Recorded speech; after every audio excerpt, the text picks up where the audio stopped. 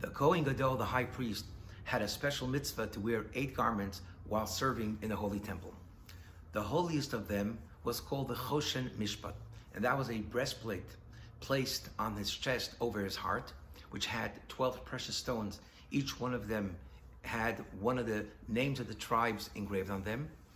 And in the Choshen Mishpat was a parchment with God's holy name. And that was the holiest of the 8 garments.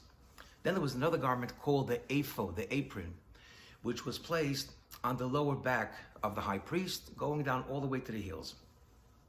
And over here we find a very interesting mitzvah. The Torah says that these 2 garments, the breastplate and the apron, need to be tied and linked together at all times.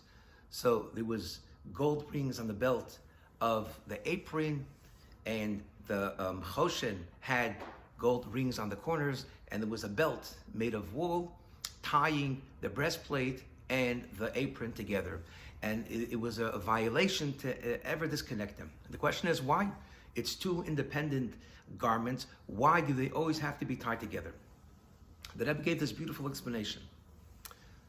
The breastplate, which was placed on the heart, represents our sublime, spiritual, godly aspects of our life. The apron, which was on the lower back, represents our lower, mundane self. And here comes a very important lesson, that we should never become 2 separate people. We have the spiritual, godly part of our life, and then we have our mundane activities, mundane aspect of our life. Says the Torah, they must always be linked together, which means that even while we are involved in our mundane activities, such as eating, sleeping, doing business, and the like, they need to be permeated with your higher self. We need to see that when you do something, even something mundane, needs to have a godly purpose.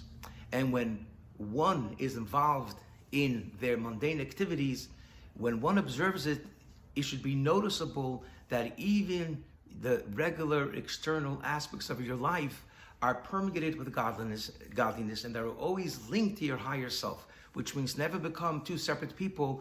All aspects of your life, even the external, the mundane, the regular stuff of our life, always needs to have a godly purpose and is permeated and always connected with your higher self.